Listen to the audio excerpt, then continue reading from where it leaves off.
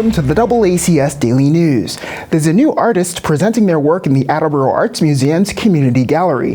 The theme celebrates America's 250th anniversary by looking back to the founders. DoubleACS spoke with the artist to learn more. My name is Peter Campbell. I'm a resident of Lincoln, Rhode Island, and I've been a member of the Attleboro Arts Museum since 1970. The inspiration for these paintings came from a documentary I saw back in December. Ken Burns' new documentary that was coming up on the American Revolution. Started to think about how could I do something with my artwork to help celebrate the 250th anniversary coming up of the United States. So I thought I might try to do some portraits of the people who helped create this revolution. I did quite a bit of research on the individuals I portrayed, and from that point, after doing the research, I just kind of jumped into creating a few of the portraits. They measure in size 24 by 30, and there's 14 of the portraits that I did. When I did it, it was just a leap of faith, and would I be able to exhibit these paintings anywhere?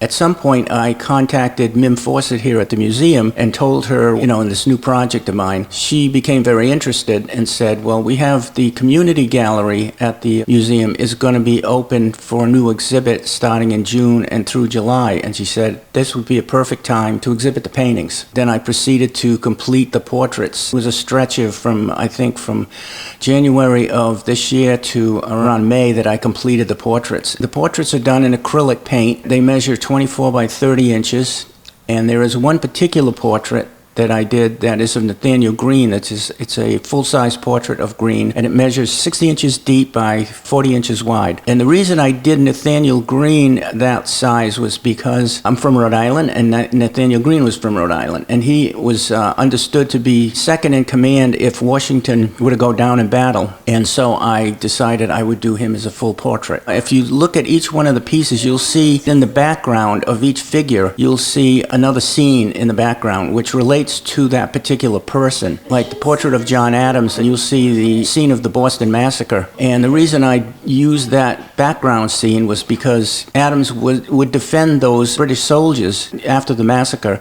and he would actually get them acquitted. A lot of people were not happy about that, but Adams felt that the soldiers deserved a fair trial, which they did get. So that's a kind of an old Renaissance trick of using a background in the portraits. And I did them in black and white rather than color. I've always had an interest in black and white photography that goes way back. There's a nostalgic connection to black and white. And so I thought I would do that. And I think they're much more powerful than I think if I had done them in color. The technique that I used, it's kind of like a pointillist technique. Back in 1960, my parents gave me a book. It was called Meet Mr. Lincoln. The pages had these big photographs that were black and white and very grainy, and that struck me. And I thought, what would happen if I took some of these photographs? Usually we see them, they're very small, and I blow them up, and I create this grainy effect that you get in these old photographs. And that's the technique I've used basically in these portraits, and I think it works out fairly well.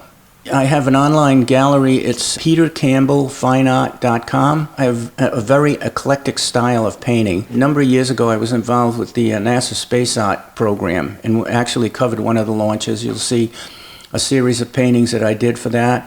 I also have done a series on baseball over the years, the old-time players and stuff, and the Negro League. I've done landscapes, I've done seascapes, so I have a very eclectic style of painting. There were 14 of these paintings that I did.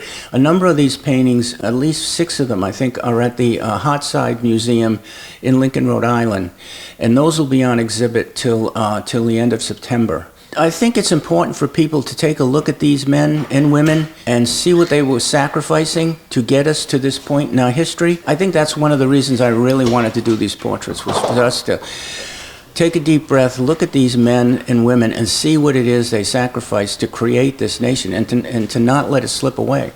It's not perfect, and I think that we have to understand that, but it's our job to try to keep it safe.